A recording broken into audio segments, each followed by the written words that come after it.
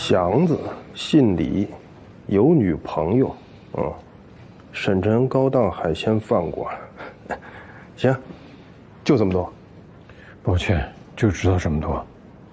没问题。省城呢有几家海鲜馆子，人都空出来了，给我24小时，我连夜过去。拜托。你还跟我？等我下。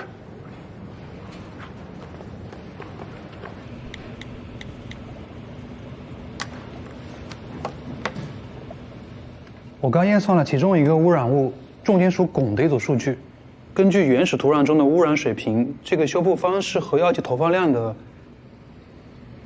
，OK， 原理我就不和你们详细解释了啊。总之就是很难得到环评报告中的这个结果，去除99.9%，这是不可能的。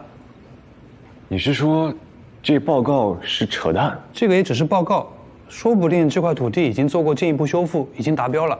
要想知道现在的污染水平到底有多高，最好现在就去做一份土壤采样，我来重新分析一下。恐怕沈小舟已经做过这个事儿了。沈小舟如果要对土壤采样做污染物分析，是不是也在这个实验室？对，我查下记录啊。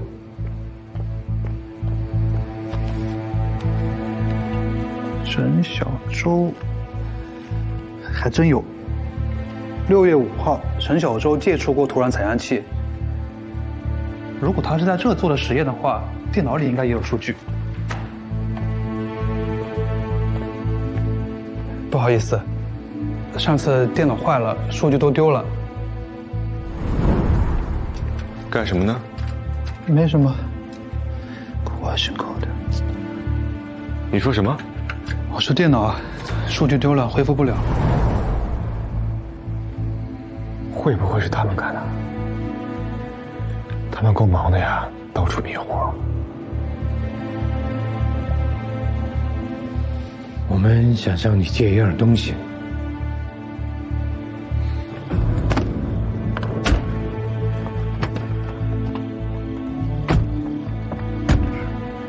要是沈小舟真的发现了这么大的秘密，那等于是往自己身上装了个炸弹啊！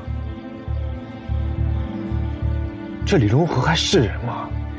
吃着自己种的绿色有机无污染的菜，然后在有毒的地上卖楼给老百姓，这就是那种无良的奸商。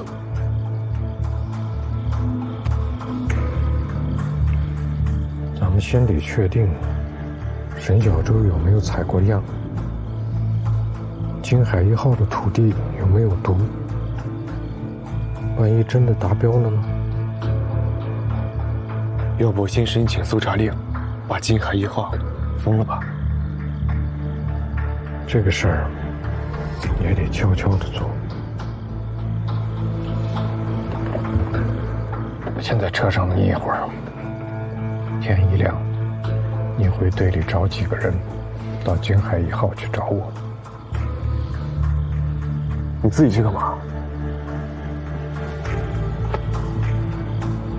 这样离我们近的呢是叫望云海，让您足不出户，一打开窗就能感受到大海的感觉。整个小区内呢就是有健身房、主题公园，然后还有我们的幼儿园。哦，那您慢走。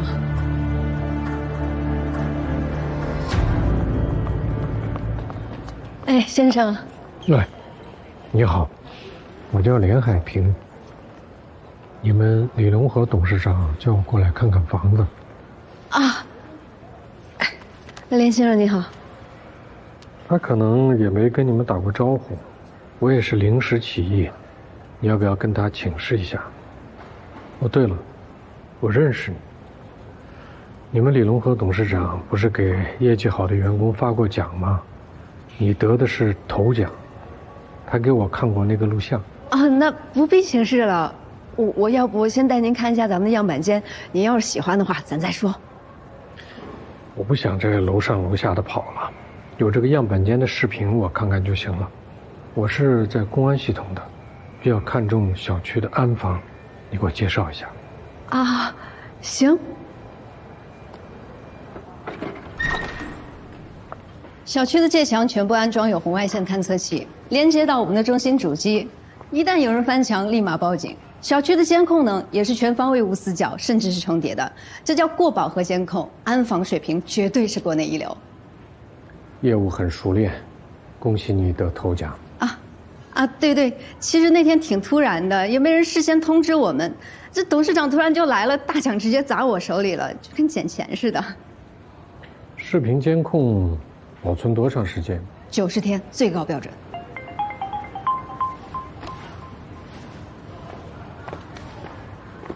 喂。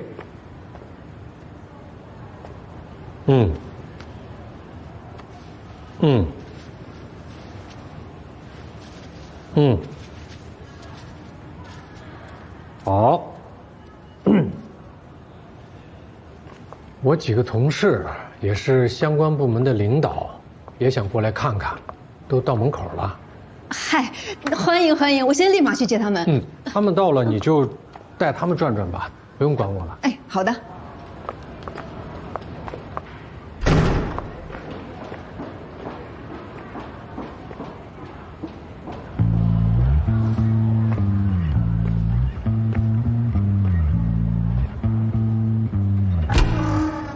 空气是真不错啊！哎，先生，您这箱子难一路了，要不然我找个……不用，那个有纪律啊。他们把数据都删掉了，那能有视频吗？试试吧。就算是拍到了沈小舟，也构不成证据，对他们没有威胁。再说，他们没有我们这么有耐心。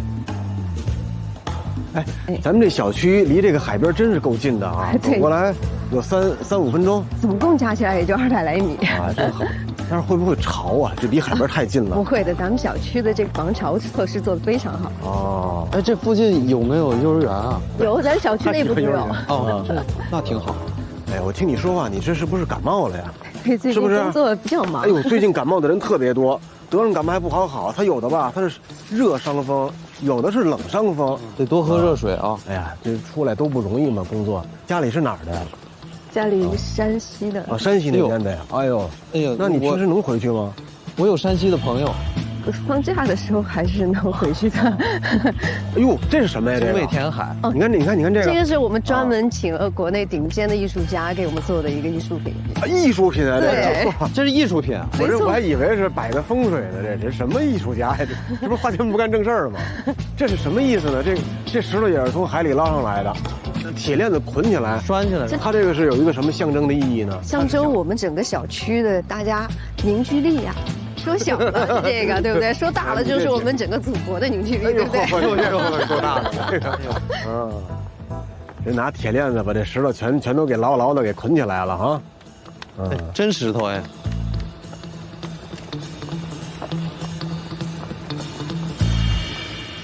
找到了，是他吧？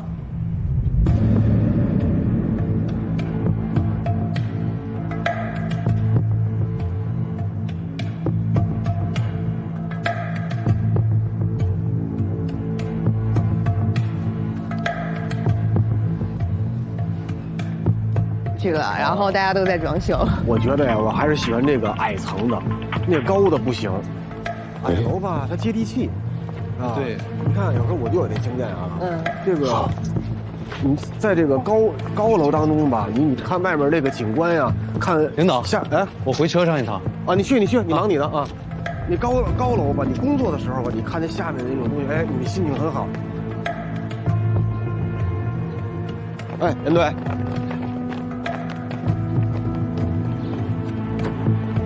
来，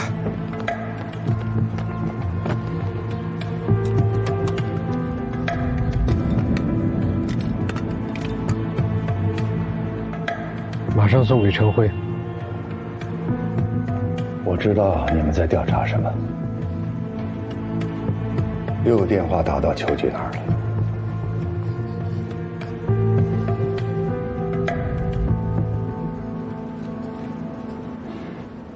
还有2件事情。沈小舟可能发现京海1号存在着土壤污染问题。京海1号，你是说蓄日厂京海3期吧？就是已经开盘的京海1号。确实吗？这可是大事。我也希望我错了。你想知道的这段时间线有眉目了吧？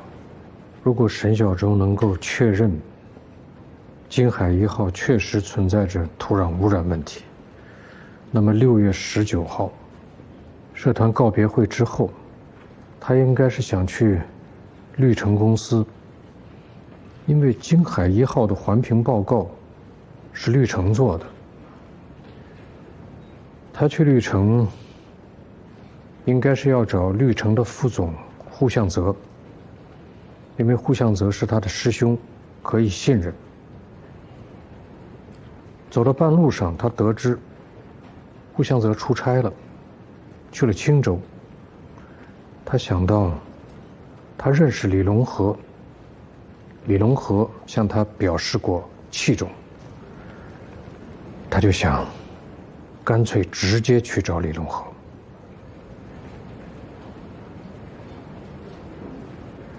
这些都是我的推测，还没有确认。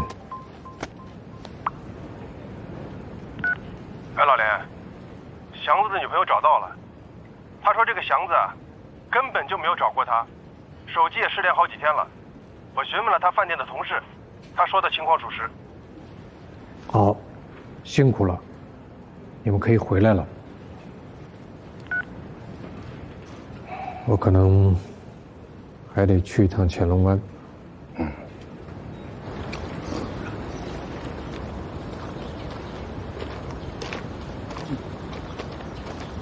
来，2位坐。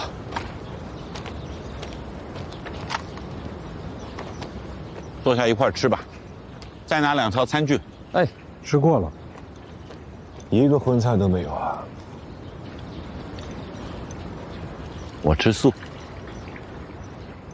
6月2号，汉朝会所，那个文件袋里装的不是聘用合同，也不是你给沈小舟的，是他给你看的，应该是京海1号的环评报告，对吧？继续说。 6月19号下午，沈小舟也来过。他是坐一辆村民的出租车来的，现在都是手机支付。他扫码付费的时候，支付软件会记录当时的时间和定位，定位很精确。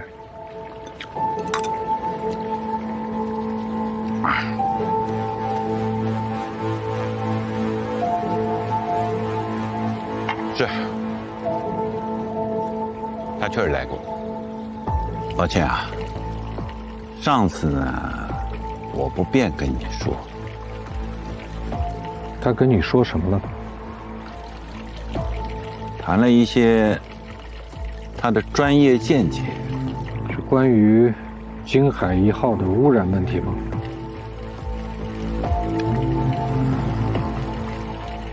他是一个优秀的大学生，专业知识呢很扎实，但毕竟是学生嘛，容易一叶障目，钻在专业的牛角尖里面出不来。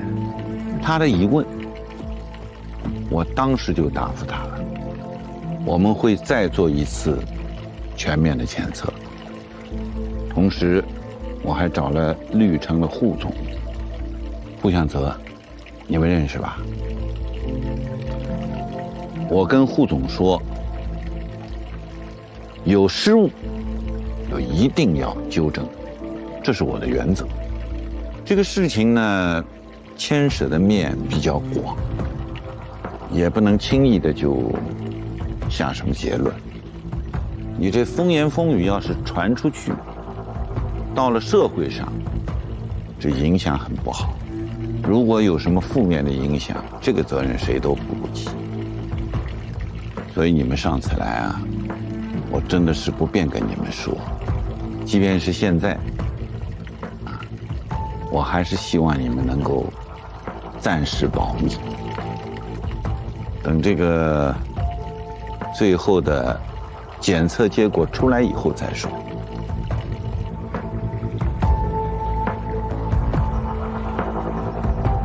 我们调查的是命案，询问的是被害人的去向。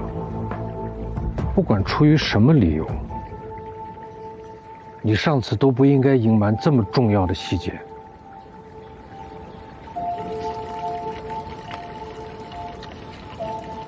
有一个故事啊，不知道你们有没有听过？从前有一个穷山恶水的地方，那里的农户过的是吃不饱穿不暖、地狱般的日子。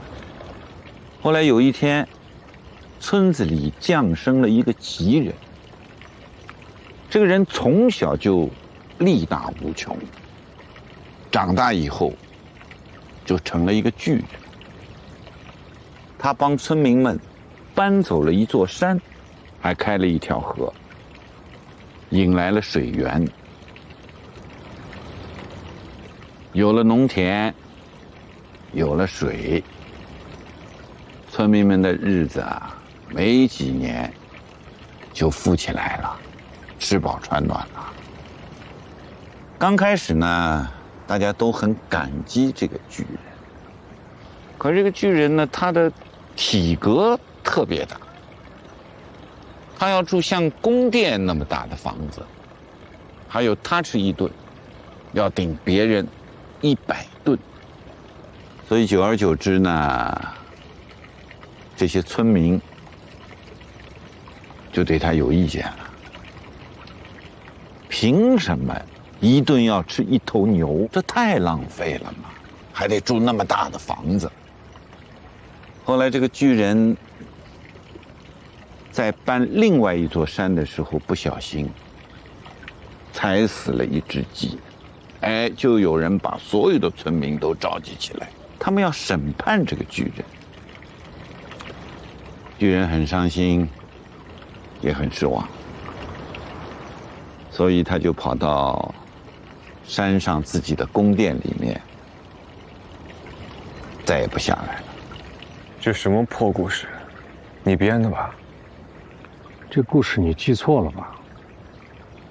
老百姓没那么小气，就算这个巨人帮他们多打了几亩粮食，还吃掉了他们1头牛，老百姓也会知道自己的生活比以前好多了。况且这个巨人有必要每顿饭都吃1头牛吗？故事的结尾也不对，应该是巨人踩死了一只鸡，被农户的女儿看到了，还没等这个女孩说什么呢，巨人就杀死了这个女孩，对吗？故事毕竟是故事，个人有个人的版本。不过你们这个案子啊，我也打听过了。沈小舟是半夜被害的吧？那天他来我这儿，我6点左右就派车把他送走了。至于后来他去了哪里，碰到了什么人，这我就一概不知道了。谁送的？送哪儿了？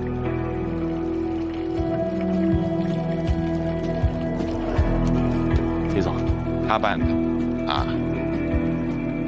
你呀，好好回答2位警官的问题，你要一五一十的讲清楚。是。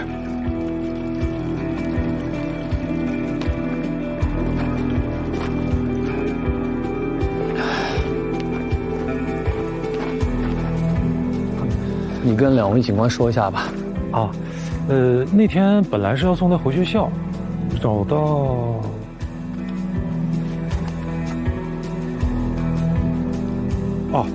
走到这儿，他非说要下车，不让送了，我就让他下去。我查到这儿有一趟到旭日厂的公交车，他应该是回家了吧？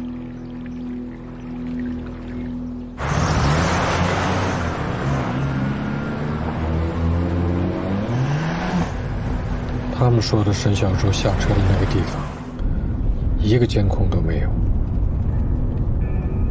但是相邻红绿灯的那个路口有一个监控，确实看见了目标车辆来回通过了2次，时间也对得上。他们推的是一干二净，我差点都信了。沈小舟遇害跟他们一点关系都没有。咱们去个地方吧。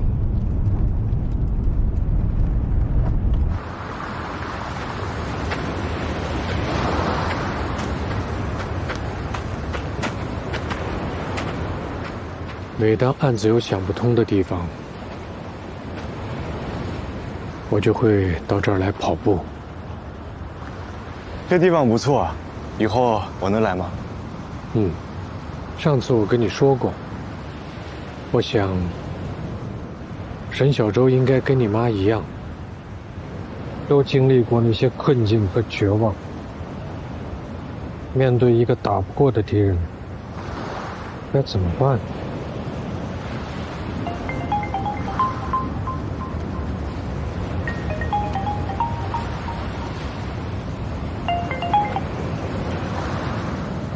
怎么样？简单说吧，土壤修复做得很敷衍，几个重点污染物都严重超标，不符合建筑用地的标准。我一会儿把数据发给你们。好的，谢谢。还有要保密。哎，对了，那个环评报告是绿城做的吧？你怎么知道？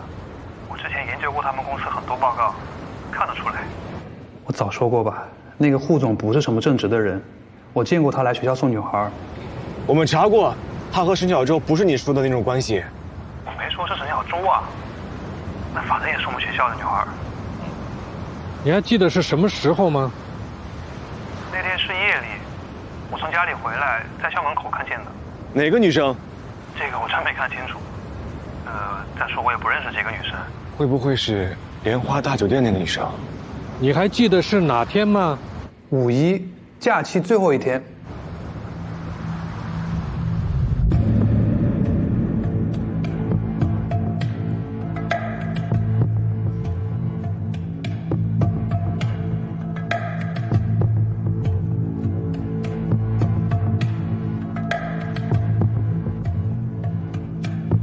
真是这点，这理工科的激励真是好吧？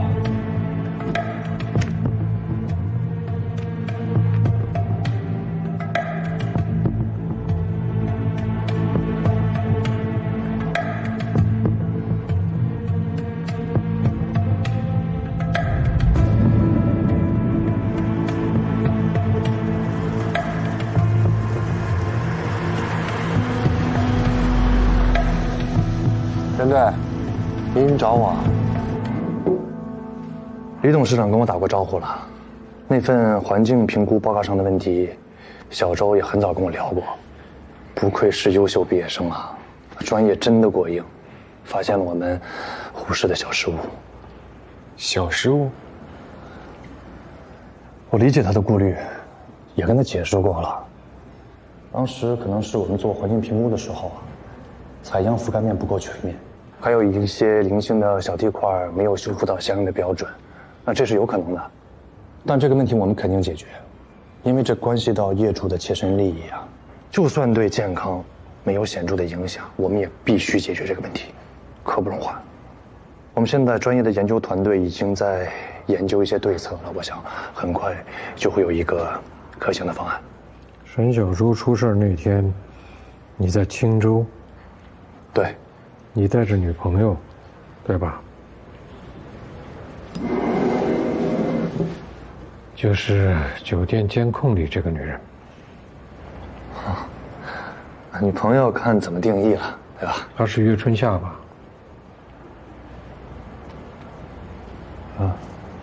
是。咱们就这么走了？该问的我都问了。该说的他也说了，我一直不知道沈小舟是怎么在去绿城的路上知道户相泽不在公司的，现在也知道了。岳春夏跟他打电话的时候说了。对。你说他知不知道京海1号的事儿呢？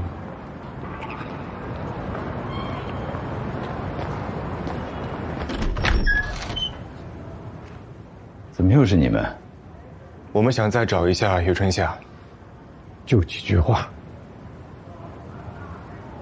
还没起呢，病了一场，刺激太大，还没缓过来呢。春夏，连队长他们来了。等一下。我们进去聊好吗？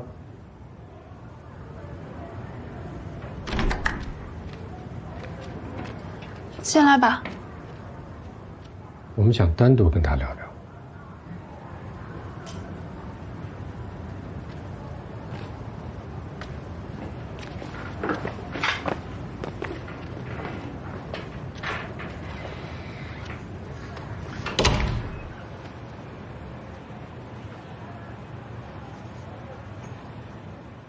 今天的话，本来不应该让你父亲知道，不过他应该已经知道了。你跟户相泽是恋人关系吧？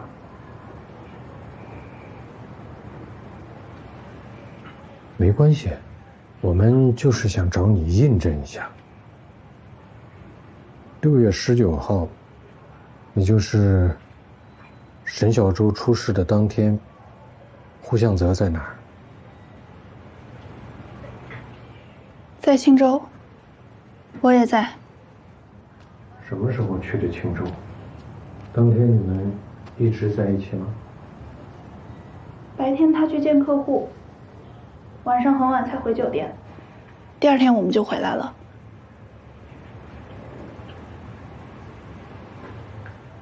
你跟户相泽是怎么认识的？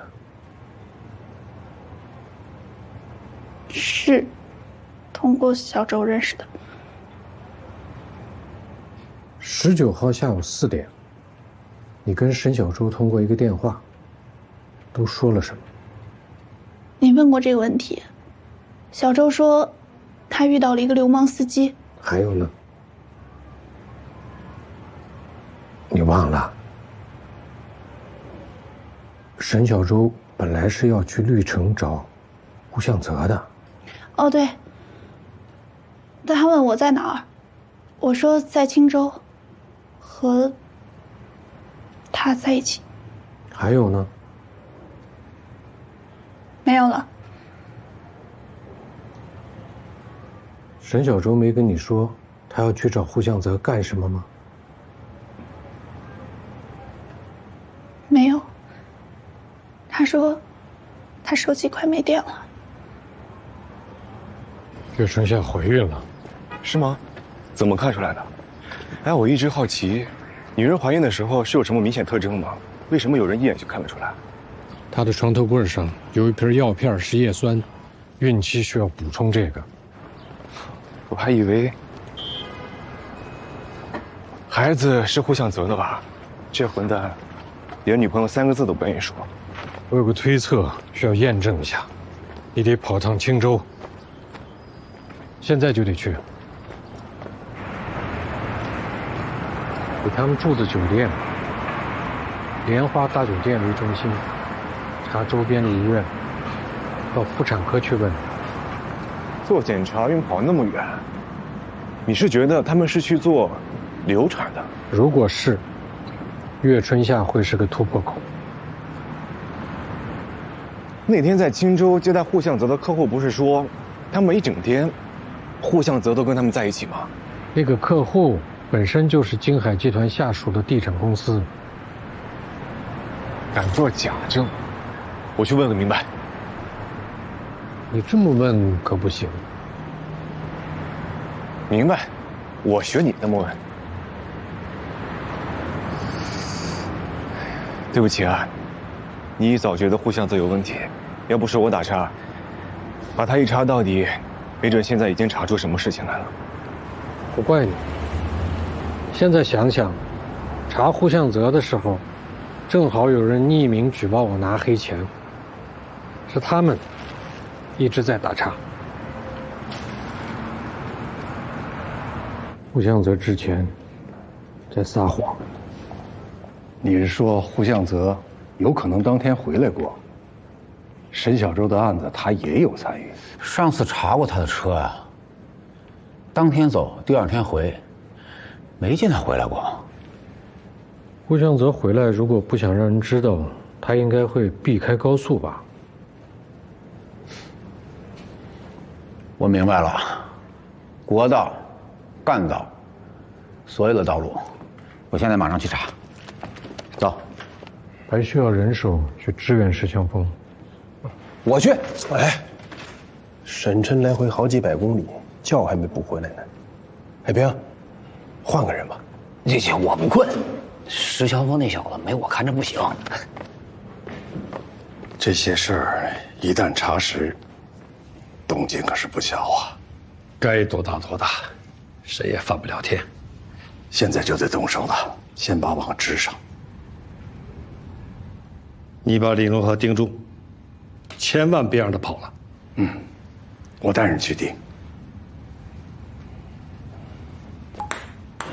既然你说6月19日都跟户相泽在一起，那就回忆回忆，以小时为单位，时间地点都干了什么？要这么详细啊？那哪记得清楚呀？必须得清楚啊！这么大的案子，你把手机打开，看一看那天的通话记录、聊天记录，好好回忆回忆。回忆好了，你给我签个字，按个手印。这案子跟户总关系大吗？不就是情感纠葛吗？你到现在是什么都不知道是吧？情感纠葛，谁跟你说的？真是害你啊！以为是帮朋友解个围，不知不觉就犯法了。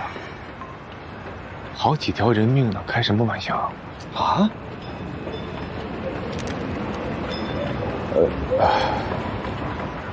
那我现在说，还算将功补过吧。 6月19日，户相泽其实只是跟他们吃了个午饭，然后说有私事要办，女人方面的，之后就没有再见过。很好。我觉得事情没有那么简单吧？他们敢做假证，户相泽的话管用吗？会不会是李龙河的授意？但是我刚才一提李龙河，他一句话也不敢说。要不要再吓吓他？不用，你做得很好，我很高兴。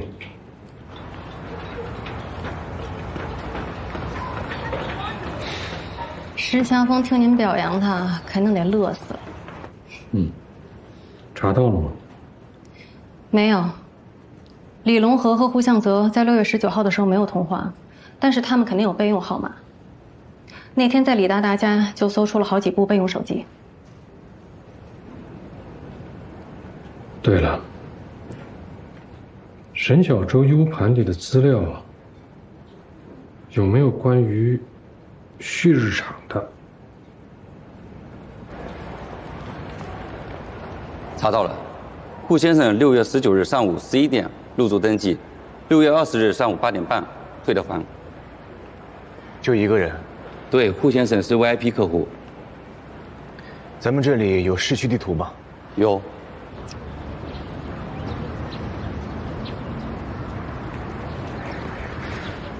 哎。 可以呀、连队这么快就派你一个人出任务了，没少拍马屁吧？是。连队放心，我可不放心啊！赶紧把你的计划汇报一遍。谁请你来是？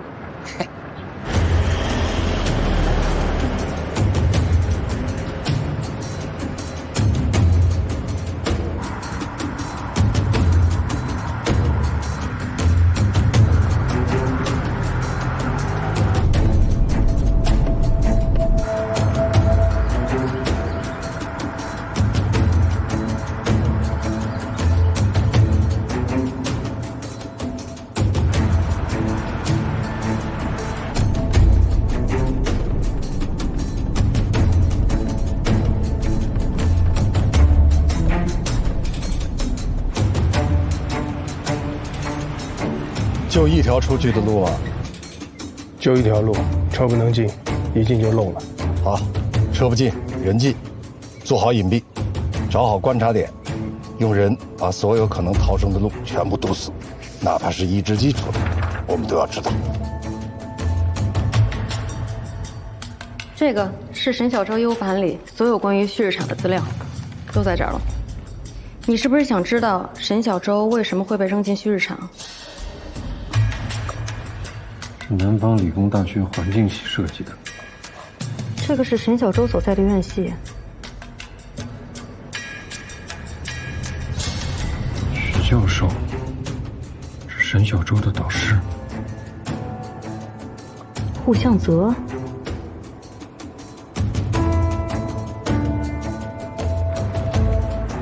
这儿呢。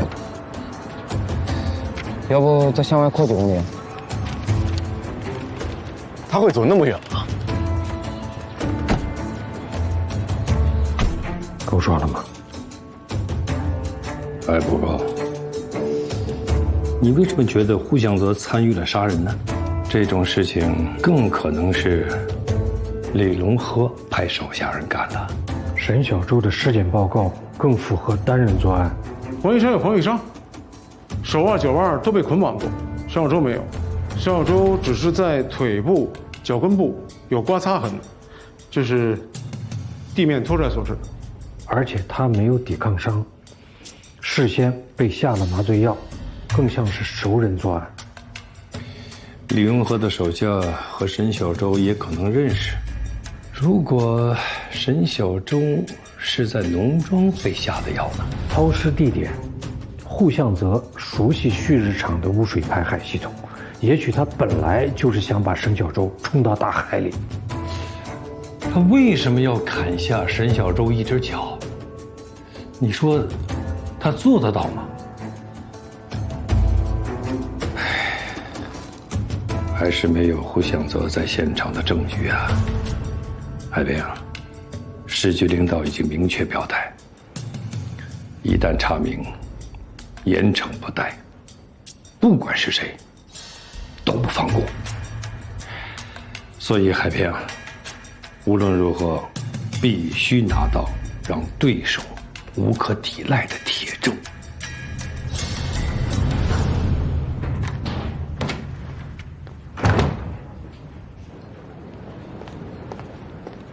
连队有人找。谁呀？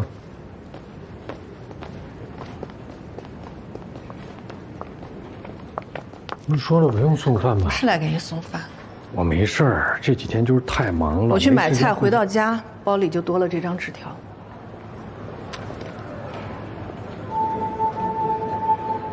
爸，今天放学有辆车一直跟着我，好像就是上次那辆车，被我发现了，他还跟。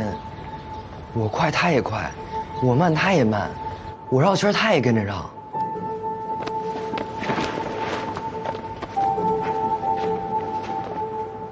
伤着你了吗？没有，他们是什么人啊？案子，嫌疑人。你跟我说到底什么案子啊？是不是跟云帆有关系啊？有人来找你报仇了？不是，你想到哪儿去？那你拿那些照片干什么？我本来想找个时间啊。还有前2天小树出车祸也是那些人干的，到底是不是啊？找个时间，我好好跟你说。我可以等，但是小树怎么办？妈，小点声，我不怕。我怕。要是我的事儿，我就不来找你了。但是小树。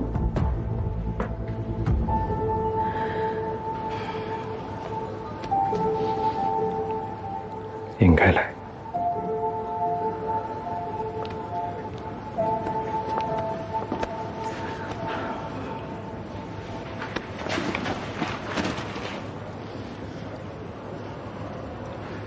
让我想想，啊。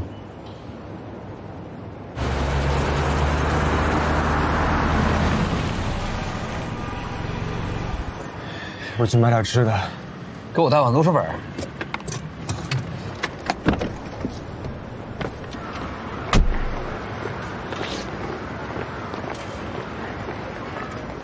你要吃什么？来提包子。好的。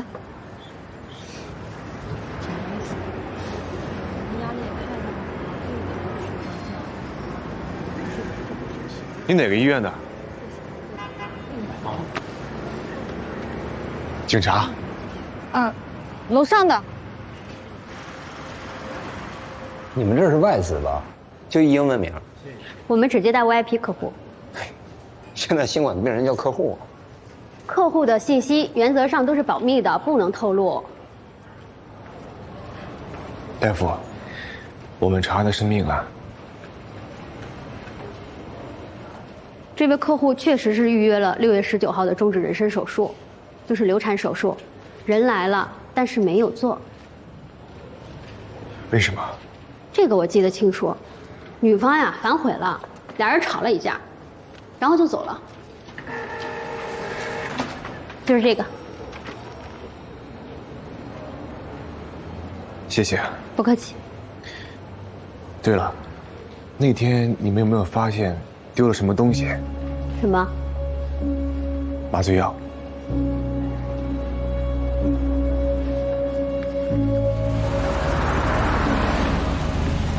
行啊，您小子现在很镇静啊，有连队的传承啊。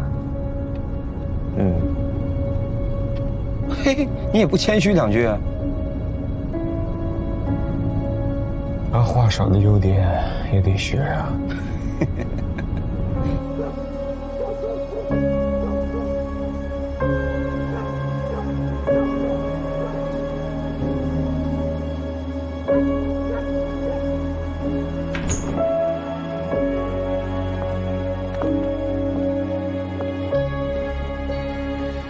今天晚上就在队里睡，人都撒出去了，有床睡。那明天呢？不能一直住这儿吧？不用，很快就破案了。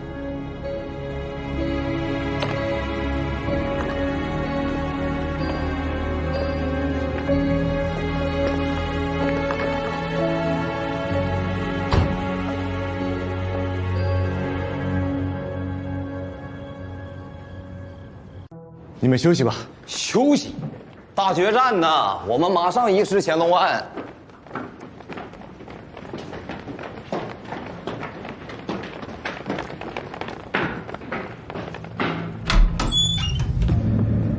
有了。哎，你看啊，这是青州通往本市的一条干道。户向泽的这辆车啊，6月19号下午6点左右的时候从这里经过过，一直到深夜将近12点，这辆车再次反向经过。他回来过，待了几个小时又回去了。辛苦。你猜对了。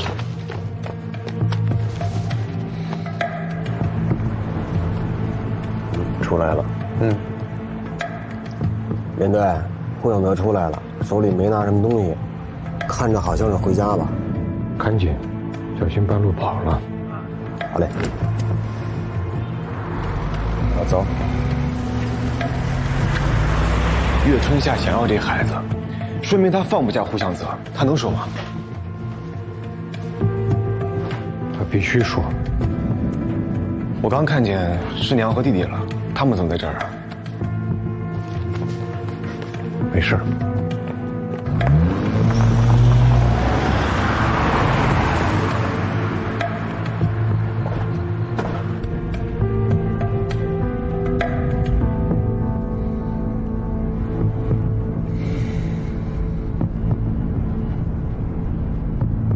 给我块茶饼。没了。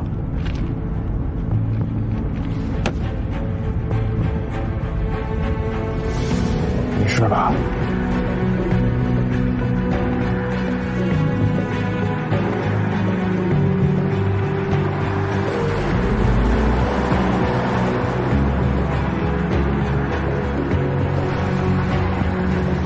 哎，姐，你说像前面这车，像这车锁啊，你说，在你这儿算精细活啊，还是电钻跟大锤子活啊？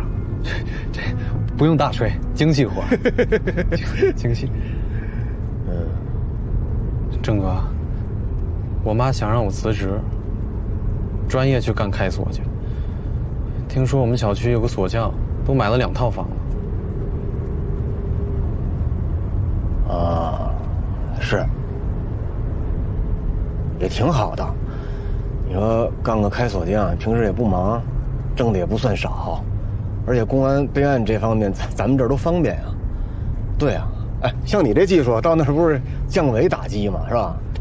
这齐大拿啊，全能王啊！拉倒吧，我就想干警察。今天晚上这个时刻，拿什么都不换。嗯，我知道。能听到吧？啊，警察找他了，他有点慌神儿。你知道我说是谁吧？对，晚上我会带上他一起，你处理一下吧，好吗？好。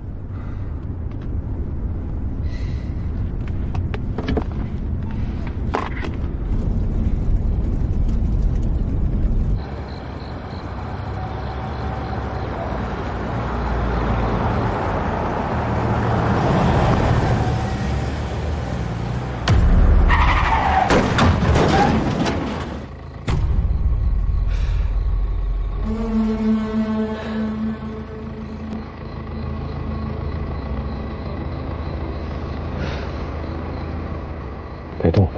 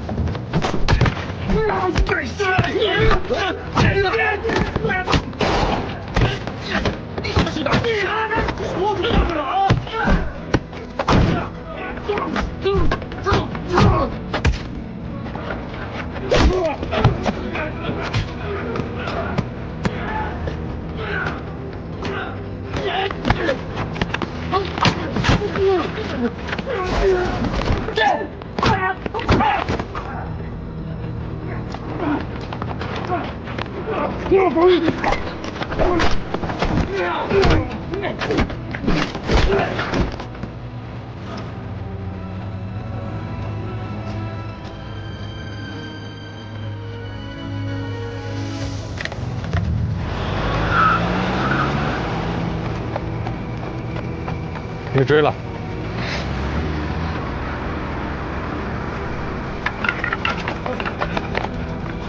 你没受伤吧？去找岳春夏吧。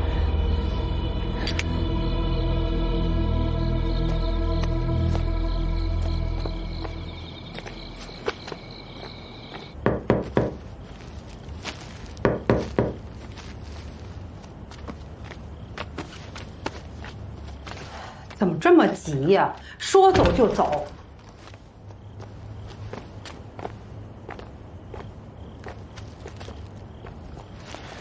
岳春夏呢？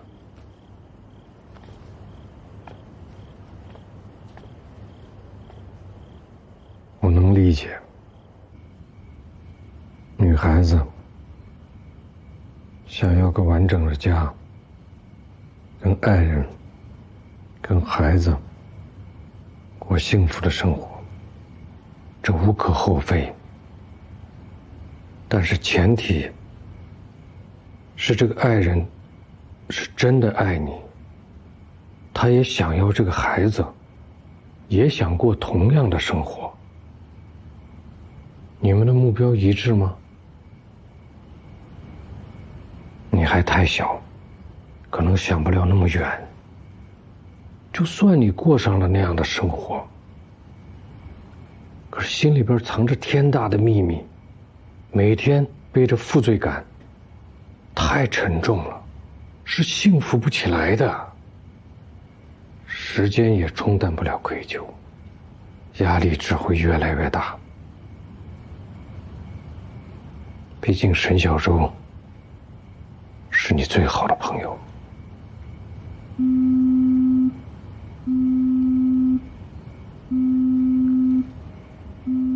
我们早就盯住他了，他是跑不了的。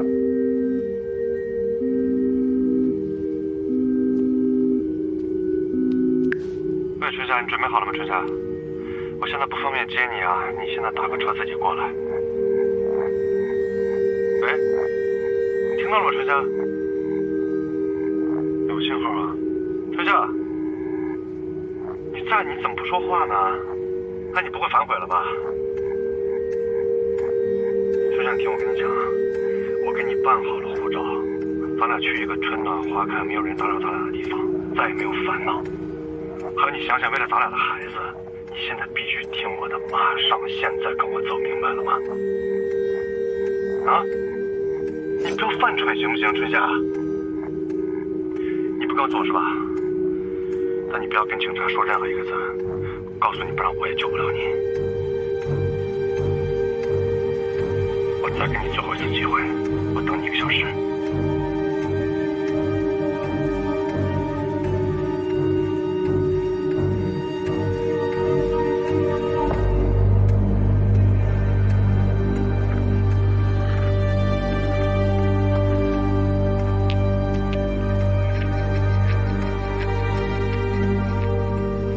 这是户相泽送你的吧？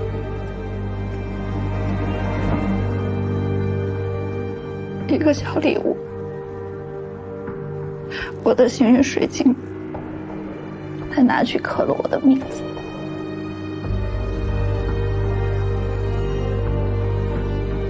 是不是沈小舟出事以后送给你的？沈小舟遭遇的不是一般意义上的性侵，应该是这种多面柱状体。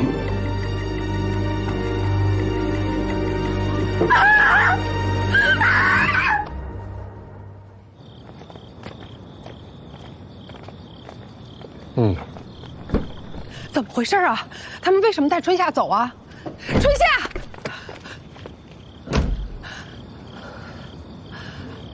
你爸什么时候知道的？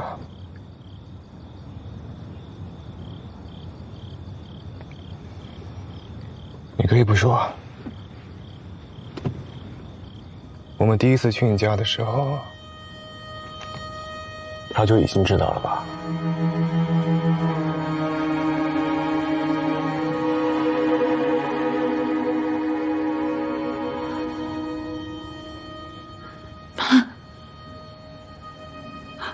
我该怎么办？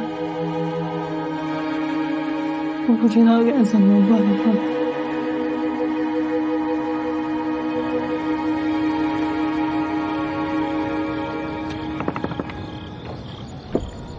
秋菊怎么说？同时行动，抓人。你把人带回去，我去趟旭市场。好。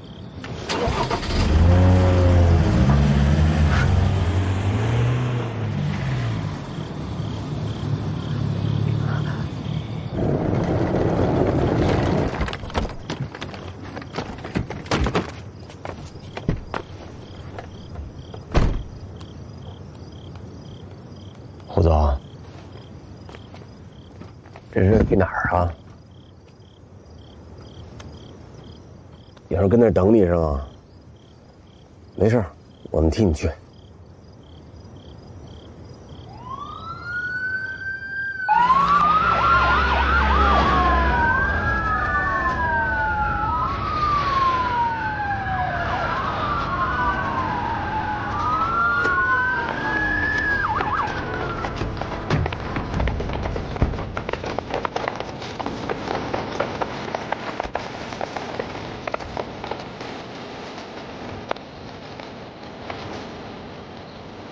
分队，这一点动静都没有啊！所有的口都堵上了，只要人在，肯定跑不了。看这个，知道李龙河在哪儿啊？不知道。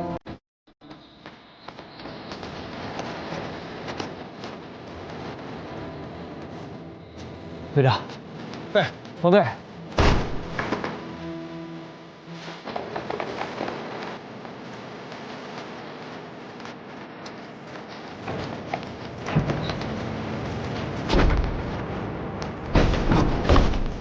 报告兵，报告兵，吞内。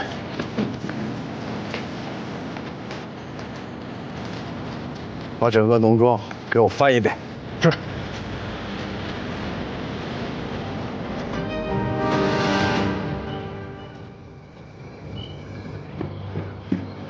周队，没找到。报告，没找到。哎呀，这怎么可能呢？啊？报告，没找到。吃了晚饭，李龙和还在菜园里摘了2根黄瓜，一辆车都没出去过。马上通知市局，在所有的公路、铁路、机场、码头设点盘查。好。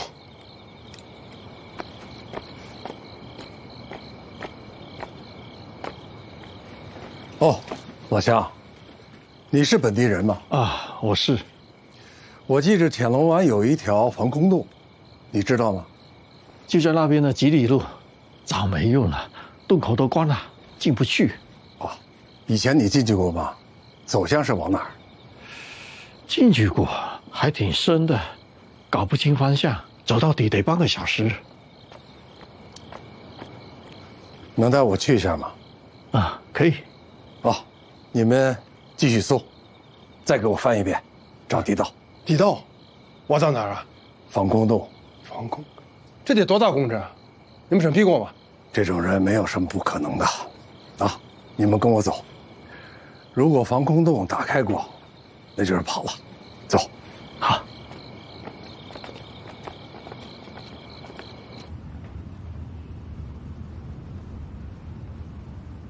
你们不问话的吗？再等等。如果有什么误会的话，我们赶紧说清楚，我还要赶着出差呢。老实点儿，也不看看这是在哪儿。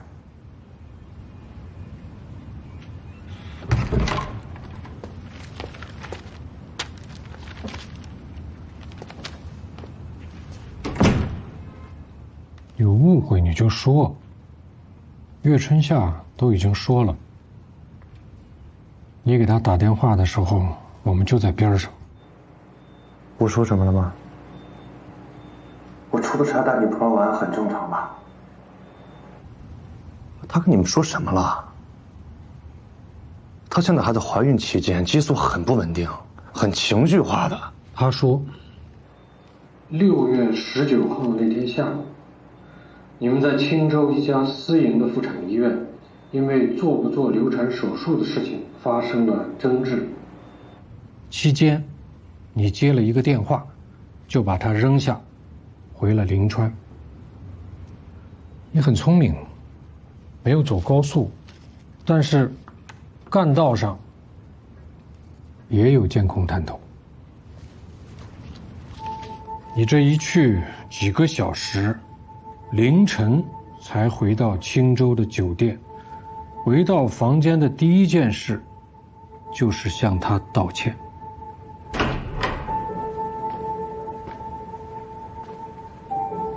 出什么事儿了？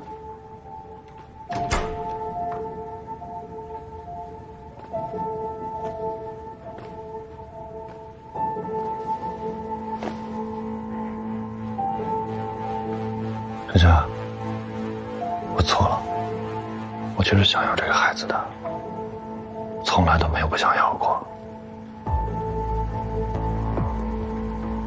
我自从认识了你，我就爱上你了。我想跟你有个家，我想跟你结婚，想跟你生孩子，一直幸福永远不变。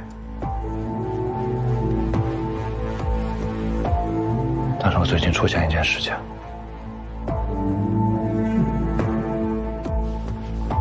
它会危及到我的事业，甚至毁掉我这么多年所做的一切，所以我才会担心我们的未来，跟你吵，跟你闹，甚至还想打掉我们的孩子。到底出什么事儿了？春夏，我我告诉你一件事情，你要做好心理准备。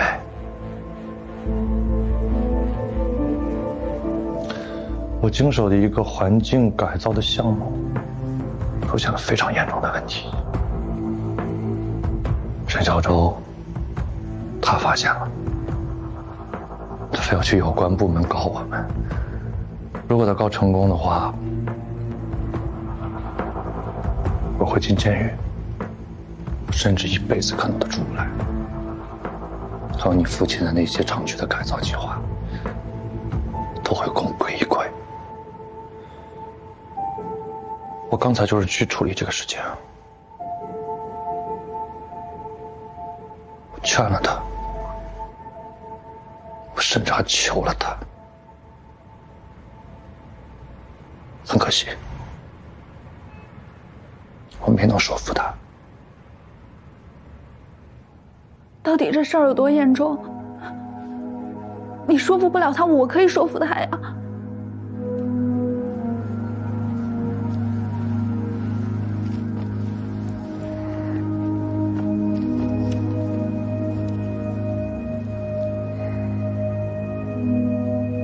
沈小舟，他已经死了。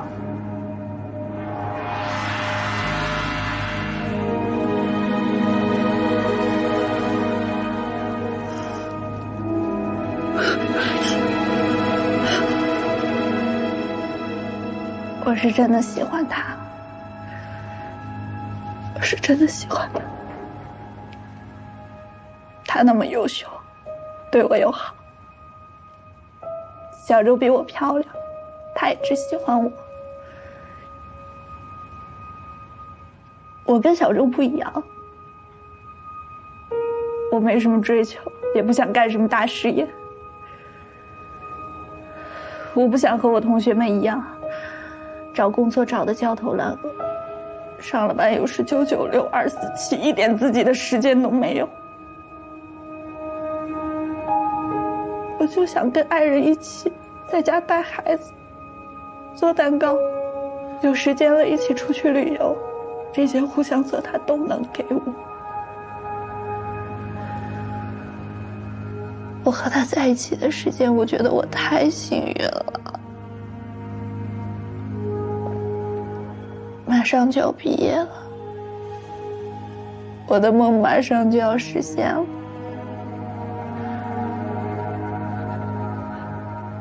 我不能没有这些梦，我不能。如果这个时候互相泽出事，我就完蛋了。我想跟他在一起，我想跟他在一起。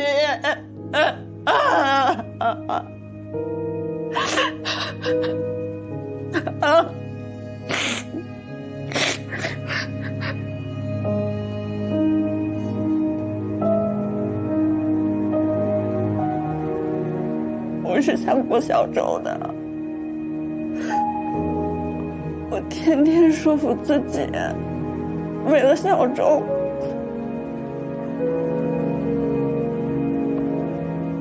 可是我不敢，我做不到。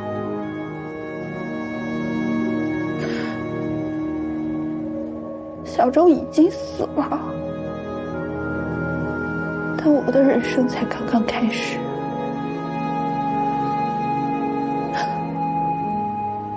连警官，小周能原谅我吗？是我的错。小周能原谅我的吗？他能原谅我吗？我错了。小周会理解我的吗？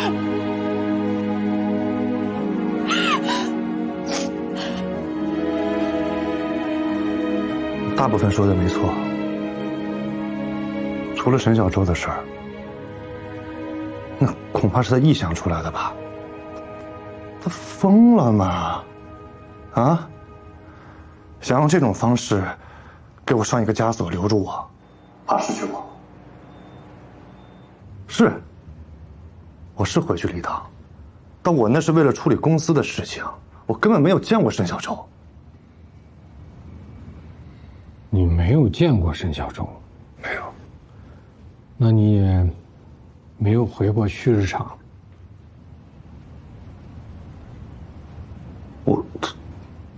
我去那儿干嘛？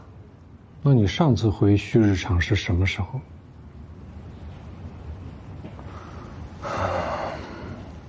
？10年前。10年前。记好了吗？好了。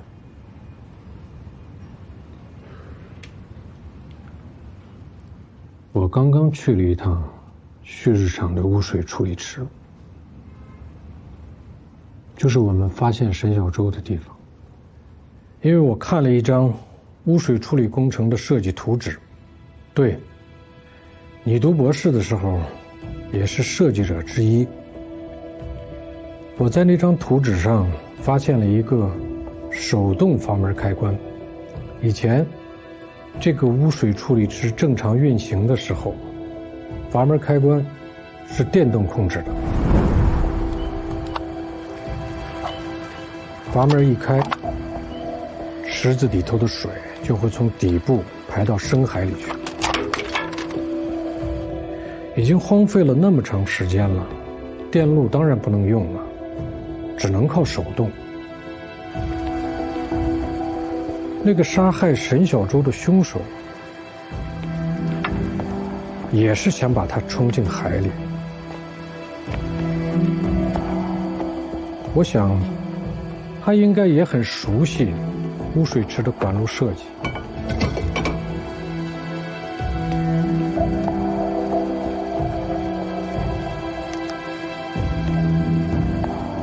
可惜啊，传动装置坏了。阀门没有打开，我已经取到了指纹，比对结果也已经出来了。你还坚持你10年都没有去过旭日厂吗？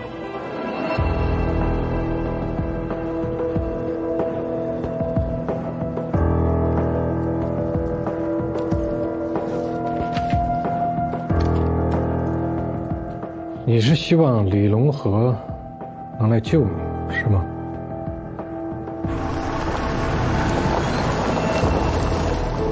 快到了，就在前面。有车，关灯，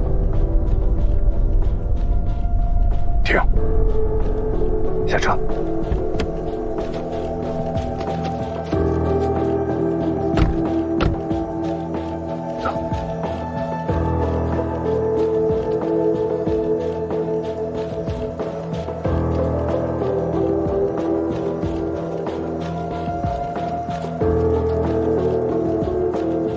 拿下，走。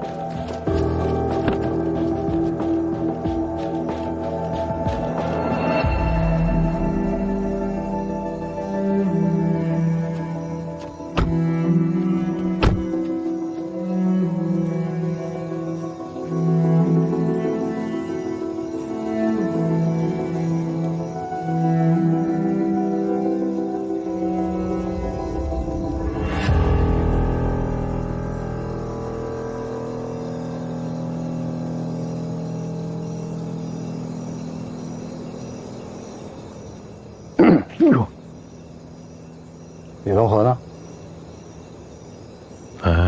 还没出来呢。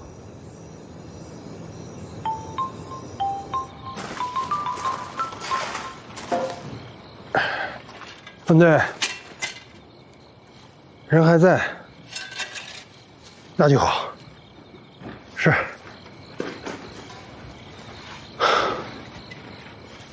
藏哪儿了？警察玩地道战。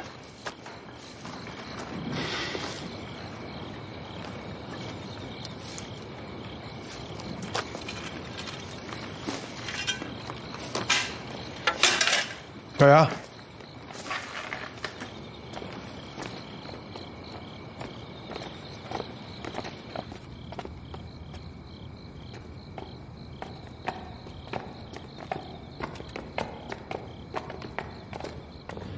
到底藏哪儿了？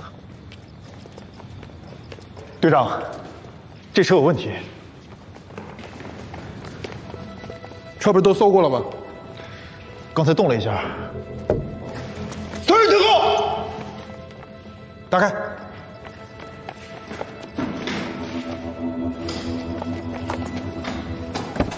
警察，慢慢把手举起来，来手抱头，拉出来，来，1、2、3。慢点，慢点。好难受。一个人躲里边干什么呀？啊？我喘不过气。没事没事，你先喘气啊，没事啊。你告诉我李龙河在哪儿？你知不知道李龙河在哪儿？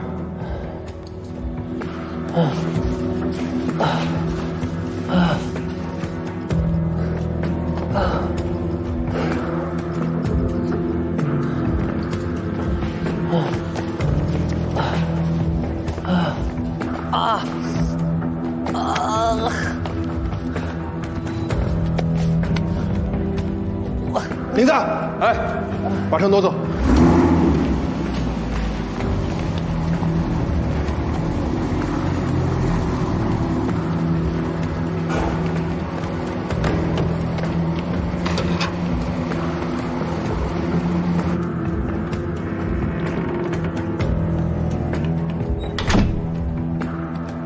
你本来打算去的地方，我们的人已经去了。这是刚传回来的视频录像。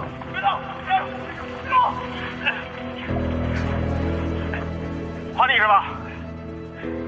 拍着呢啊！这个啊，这是他们自制的土枪啊。这是麻醉针。这个啊，这是助燃剂，这应该是毁尸灭迹用的啊。来看这边，这个是刚才我们在实施抓捕之前，他们这个埋人的坑啊，这已经挖好了，在这儿。来，对。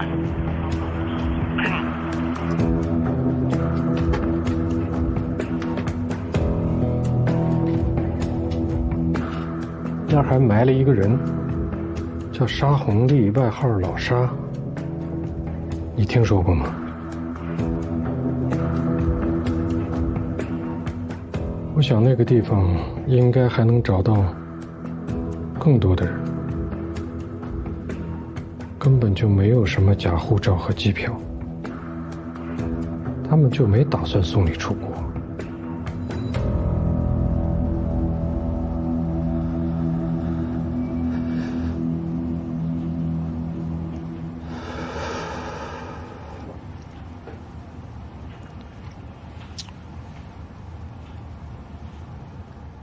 那天在青州，我接到的电话是李龙河打来的。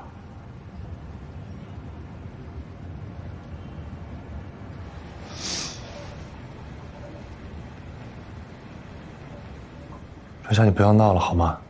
以后我们有的是机会啊。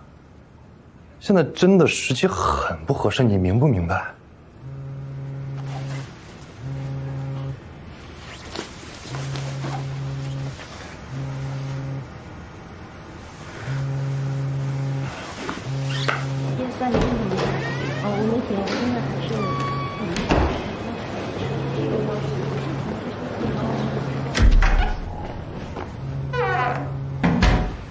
哎，李总，刚才沈小舟找到我这儿来了，还是那个事儿，都给我下最后通牒了。啊，行，那个我现在人在青州，我明天马上跟他当面聊。那些数据不是让你销毁了吗？他是怎么拿到的？这个确实是我的疏忽啊，我没有删干净。因为有一天小周正好要到公司要考一些专业资料嘛，说要回家学习，然后我就让他自己考了。我真的没有想到他全给考走了。请进。顾总。小周。哦，我来考之前说好的资料。哎，不是说过很多次了吗？叫师兄。师兄。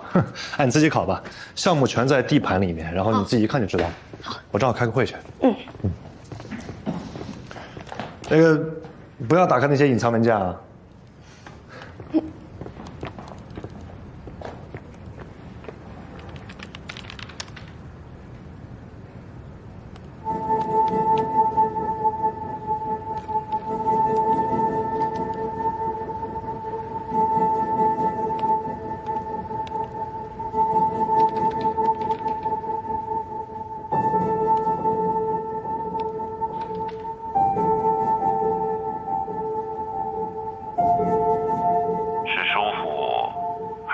特意留了一份后手啊。疏忽，真的是疏忽。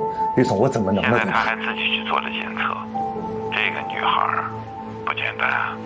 我不管你现在在哪里，马上给我回来，听着，我不想再见到她了。行，李总，你先别着急，然后我想想办法。我会给你个地址，1个半小时以后，我会把沈小舟送到那儿，那边没有监控。记住，不要带你常用的手机，也不要走高速。不是，你们什么意思啊？啊？不是你们想让我干什么？啊，李总。什么意思？王刚先生说得很清楚，你自己理解。不是你们这。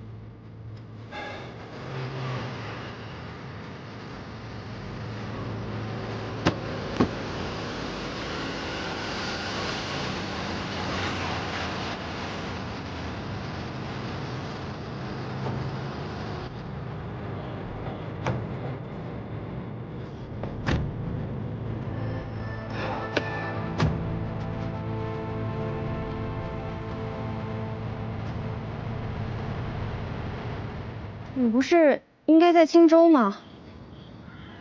哦，这不有事儿还没解决吗？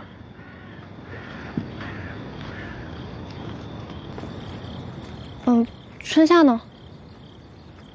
春夏回家了，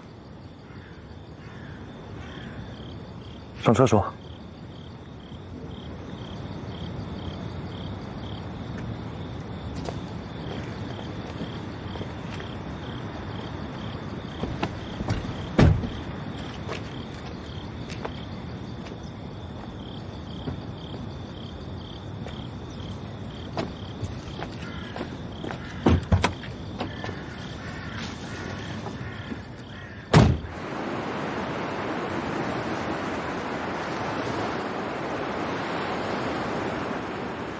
小周，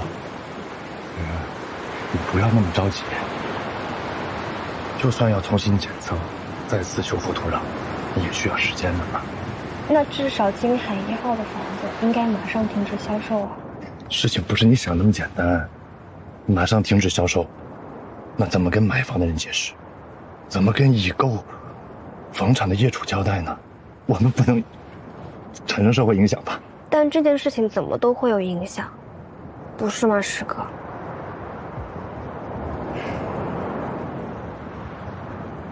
小周，师兄求你，看在我的面子上，能不能把这事放一放？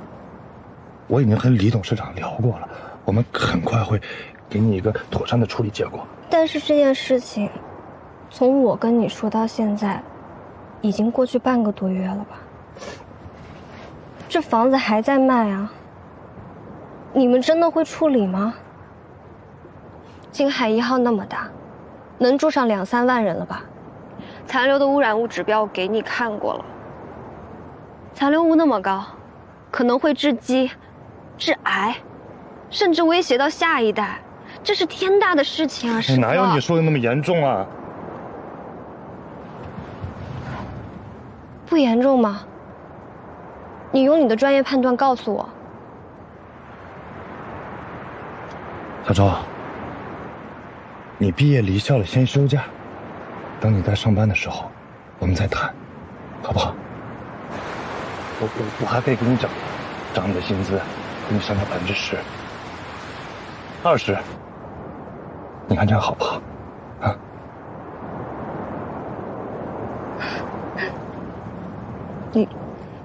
你要给我涨工资，那我还要谢谢你了。咱俩不是一直在讨论这个事情吗？理解你，收入对你很重要，还可以有别的奖励嘛。而且以后你家里真的有什么样的事情，公司都会多方的照顾。可是我要苦过，我跟你一样，我特别理解你。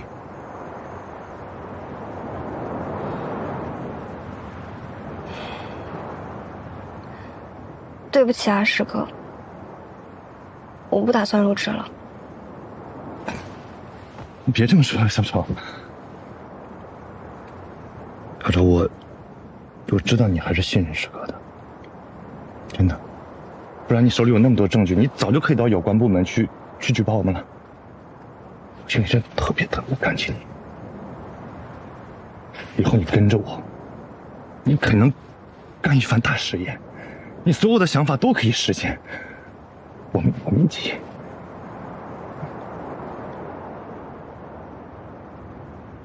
我是相信你们的，但是我是为了旭日厂。旭日厂怎么了？旭日厂马上就要开发了，如果金海集团出了任何问题，那旭日厂的叔叔阿姨、街坊邻居，他们得等到什么时候，他们才拥有自己的新房子住了？师哥，我求求你了，真的现在还不晚，有那么多方法呢。无论是物理修复、化学清洗，你们总可以试试。哪有你想那么简单？啊？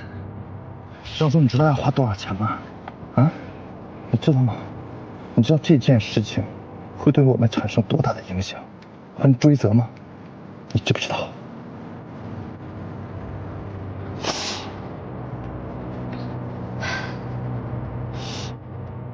你们要是不管，那我没有别的办法了。我们怎么可能不管？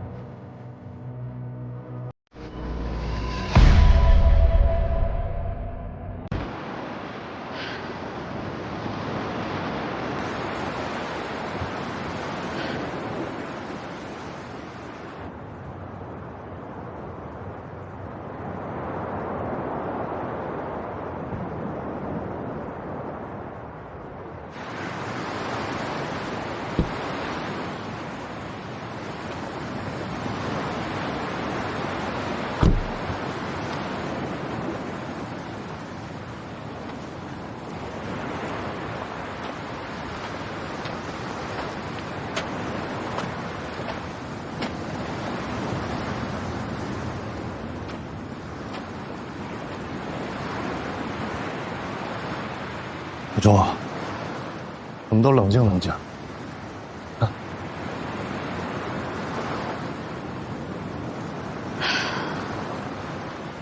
管，我们肯定会管。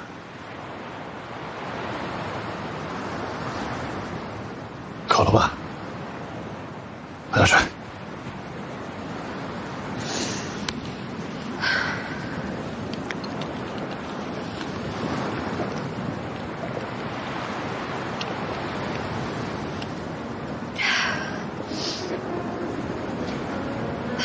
小周，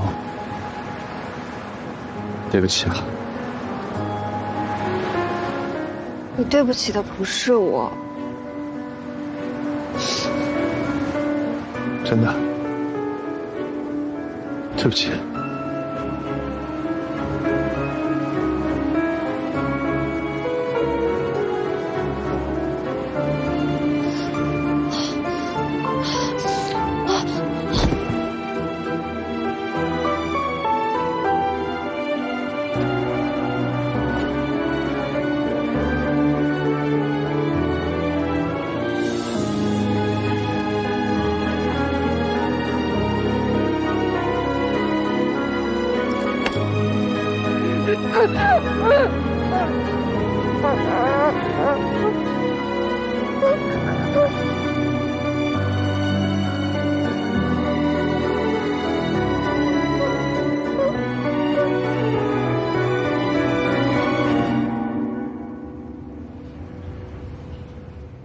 你为什么要锯下他的一只脚？整个扔海里不行的，把那个回味潮水带回来。所以我当时就想，分解开好处理嘛。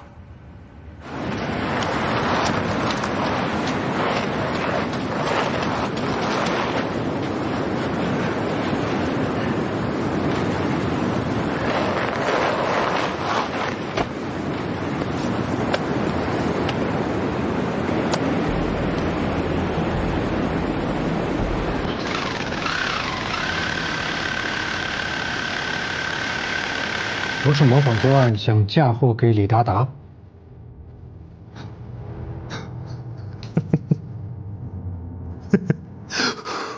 我要知道李达达这么干，我肯定会。多好的巧合，对吧？李达达本来一股脑都认了。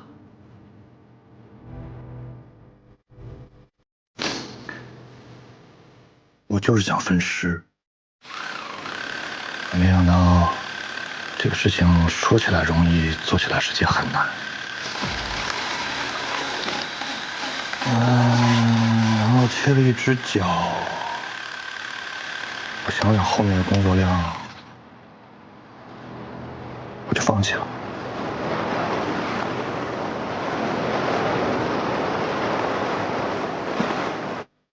电锯是哪儿来的？那个倒是李达达送我的。有一次我们一起去吃烤全羊，然后我就夸了一下那个很好用，他就送给我了。我一直放到车里的后备箱，从来没用过。你是不是喜欢过沈小舟？他拒绝了你？没有，我见过她几次面，我就判断出来，她不是那种容易得到的女孩。女人多的是，我不会在她身上浪费时间。那你为什么要性侵？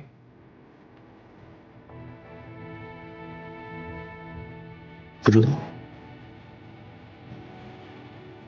一时起意吧，或者恨，我就是恨她，坏了我这么大的事儿，所以我就想破坏她。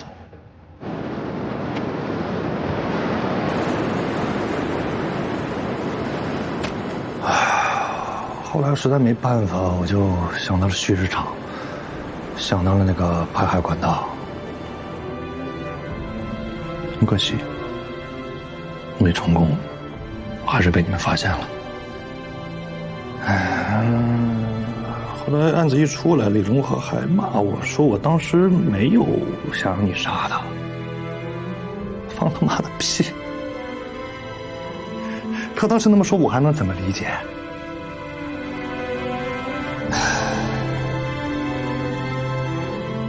小周太天真了，他还去跟李荣和谈，有什么好谈的啊？他高估了人的底线。那天我看他晕过去的前一秒，他都没有想到自己今天会死吧？他们都在挽救生命，我们也是。我们应该为此感到骄傲，感到自豪，而这份事业也值得我们奉献一生。不一定，他比你们想象的要勇敢。勇敢？勇敢管什么用？啊？他觉得他自己能靠一己之力能撼动这么大的集团，能改变这个世界吗？啊？我撼动了，也改变了世界，不是吗？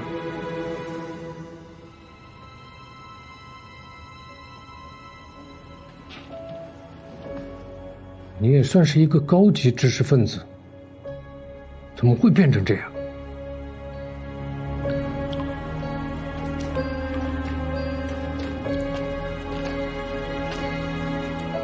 读书的时候，还有刚创办公司的时候，我也挺简单的。我有过所谓的梦想。后来接触的人越来越多，经手的利益越来越大，我发现有了财富，什么事都能办到，什么事都能得到。我当时还没成事的时候，我觉得我自己就像一个棋子，谁都可以踢来踢去。那万一有一天我被踢到下水道里呢？我就得在那个暗无天日又黑又臭的地方待一辈子，所以我必须成为一座山，风吹不动，腐烂终生。回去。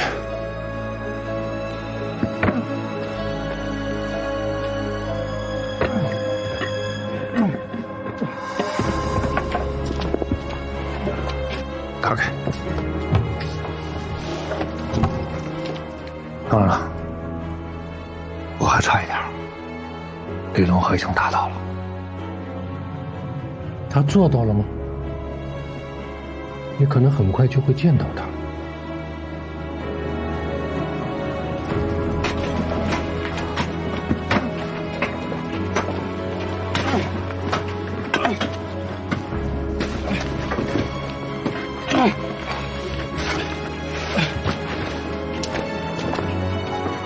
警察别动，里边那个家伙扔了，慢慢起来。你头怎么了？动塌了砸的？你们金海集团这工程质量不咋地啊，这么细的木棍子。对呀，换钢的不早跑了？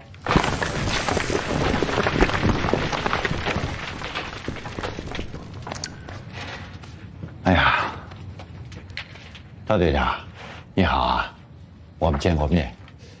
据我了解，你的小舅子在一家装修公司工作。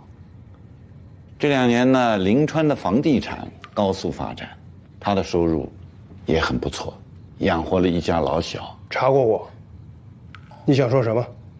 我从来没有假公济私。我不是这个意思。我理解你们，这是你们的工作，你们也是在执行命令。但是中国人有一句话：将在。别说了，跟我们走吧。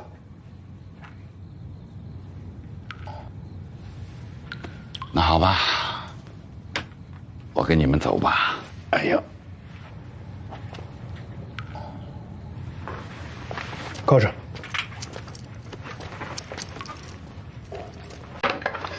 走！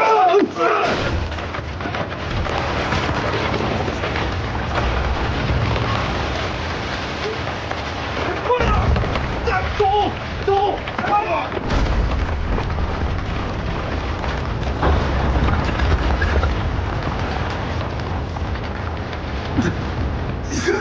住！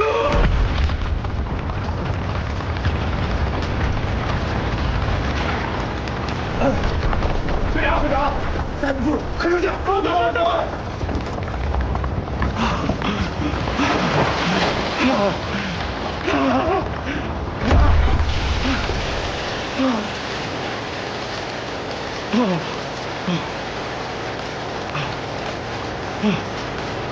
他不会。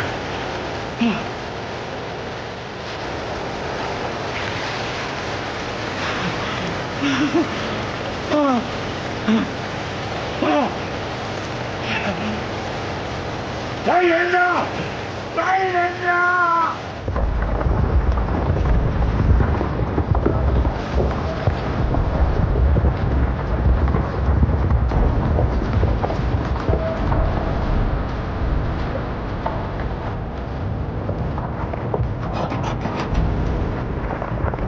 我承认，财富啊，它就是一个磁铁，就能把人都吸到这个里面来。它也像海水，越喝越渴。其实，享受本身并不是我渴求的根本原因。对我而言，财富只是一种证明，是一种游戏的积分牌。它确实让我获得了很多快乐，这种快乐让我深陷其中，满足了我内心深处的欲望。一旦这些欲望得到了满足，它就会像毒品一样，让你上瘾，无法忍受失去它。一边欺骗自己的良心说这没什么的，一边眼睁睁地看着自己走向不归路，回不去了。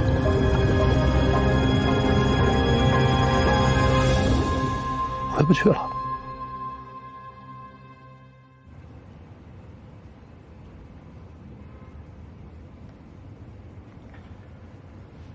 我确实不知道你说的这种快乐的感觉。给你说说我的快乐吧，随便说一件。有一次，我们一家3口到一个古镇去旅游。那时候我的孩子还很小，上1年级。大冬天的，天很晚了，街上的店铺都关门了，特别冷。我们找到了一家店，还开着，它是卖一种用干果和藕粉做的甜茶。我老婆要吃，她爱吃甜的。店主是个老阿妈，就给我们做了一碗。店很小，就我们一家3口，坐在那个灯光底下。我看着他们，一人一口，热气腾腾的，也不怕烫嘴，抢着吃。我老婆让我吃一口，我没吃。我看着他们，心里都已经太甜了，吃不下。我突然有一种感觉，我们在这个又黑又冷的晚上走了很久，终归我们会在那一点温暖的灯光下相聚。我知道，这是我最爱的人，他们也最爱我。我们过的生活是普普通通的，可是跟他们在一起，就是最快乐的时光。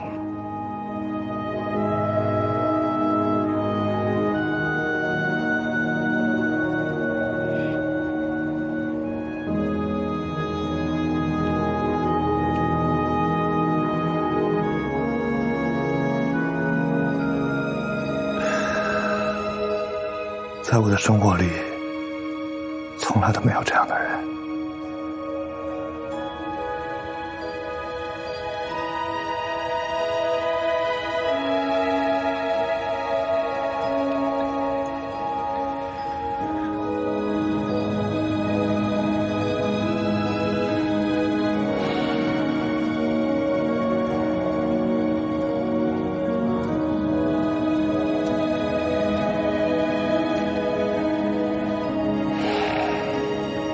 太闷了，透透气。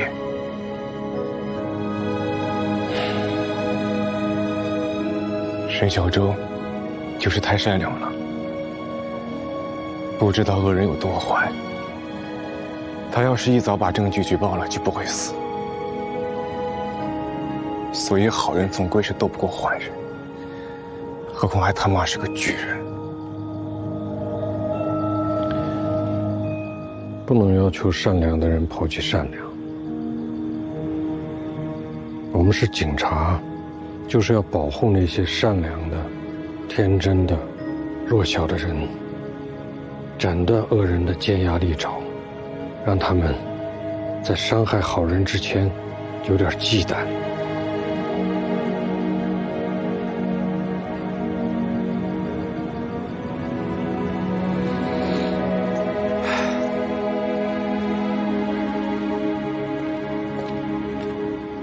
破案了。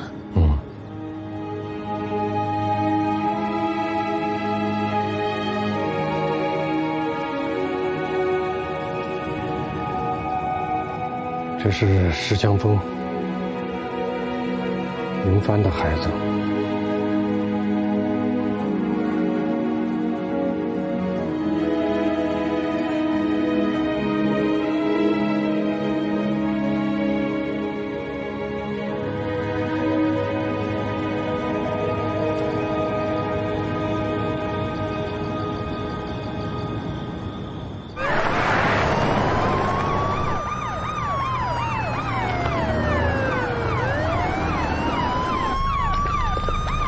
走。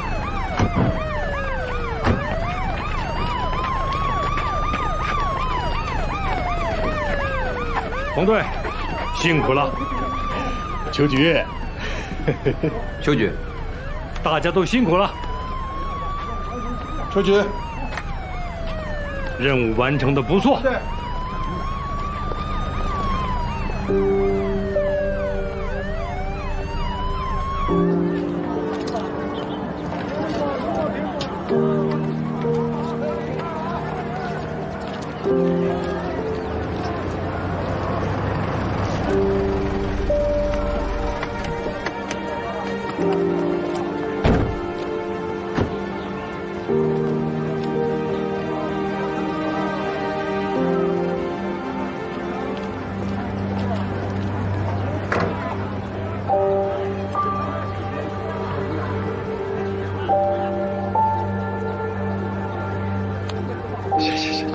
谢谢，谢谢。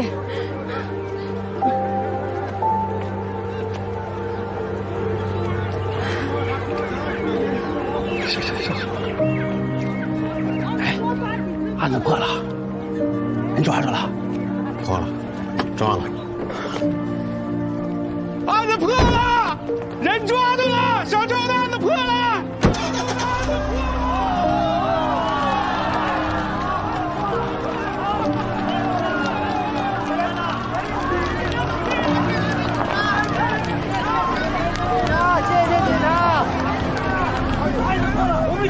新人又回来了，新人，新人啊！必须要，必须要！谢谢，来，谢谢啊，谢谢你们，谢谢。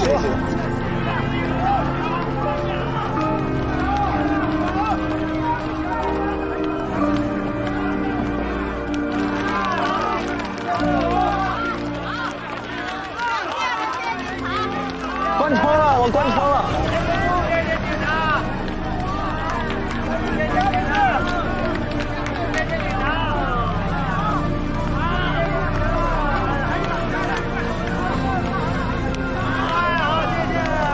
不了啊！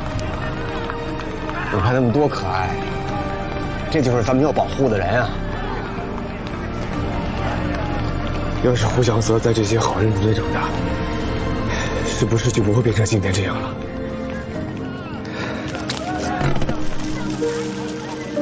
下车，付钱去。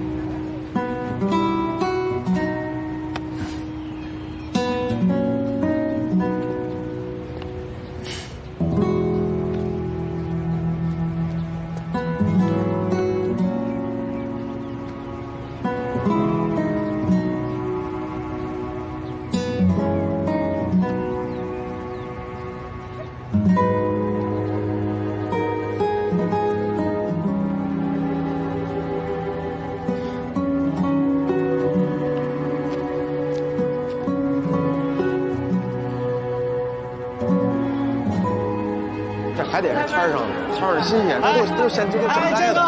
天鱼新鲜，来两条呗。我今儿不吃鱼，今儿不吃鱼。哎，10块钱3块是吧？10块钱3块，15块。15，好，好的。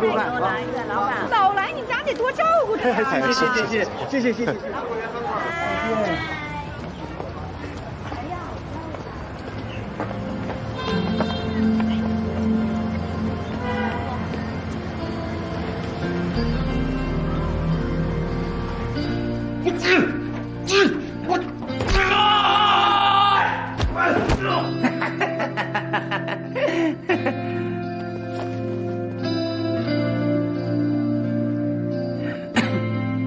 好，没问题。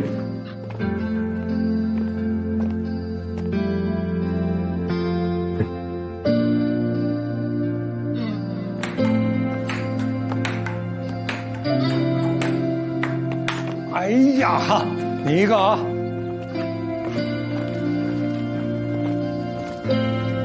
来迈腿。谢谢。坐稳啦。啊。咕咕。咕咕。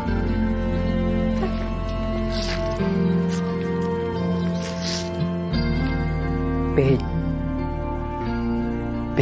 京。小海走了。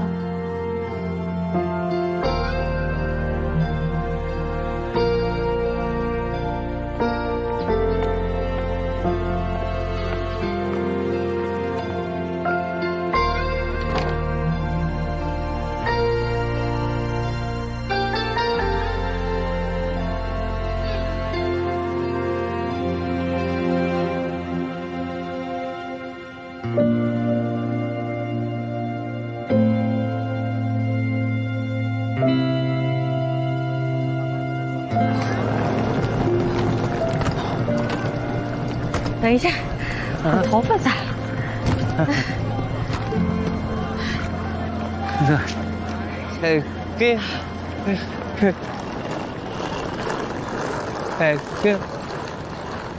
走，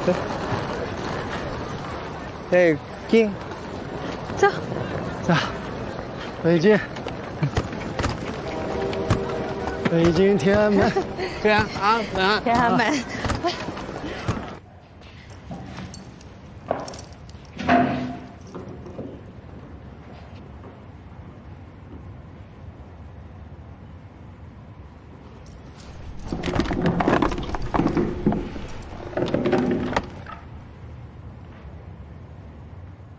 没想到我的种还能当警察。当警察不是要查祖宗3代的吗？我当警察的时候是孤儿，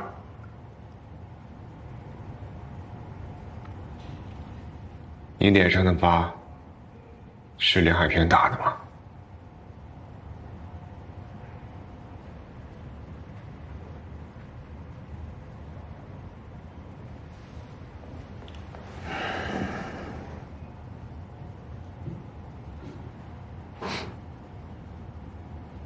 谢谢帮助过我的人，让我和你不一样。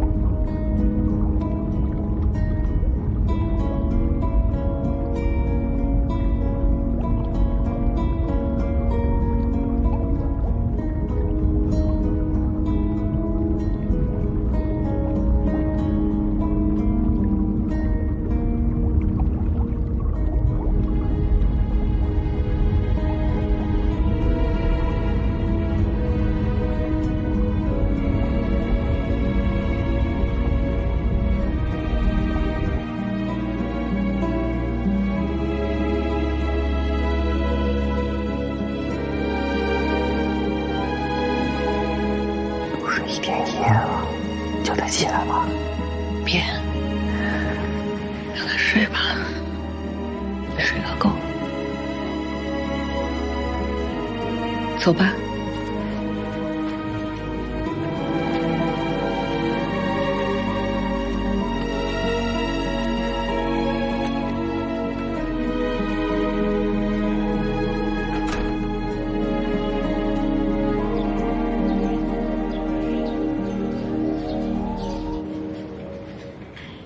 哟，精神头不错嘛。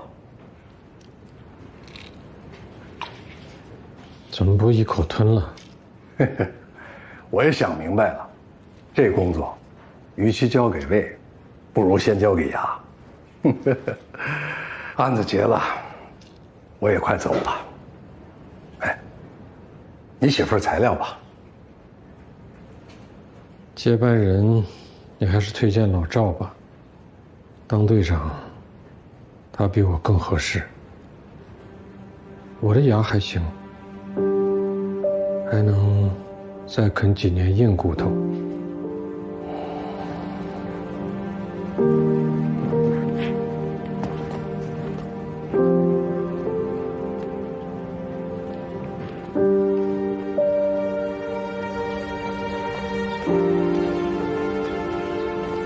哎。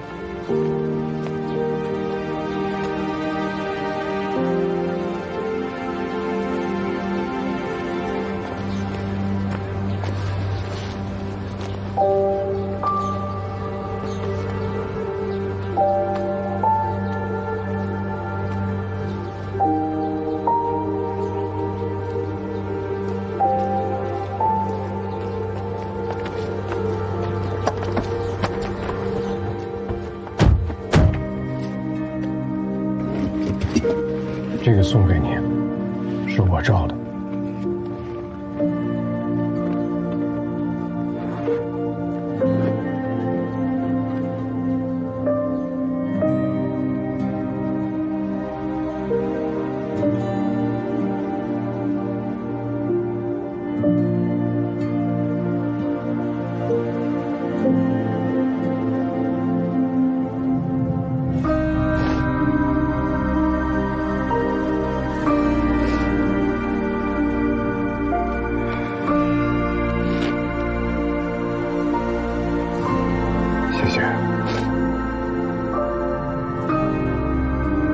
师傅。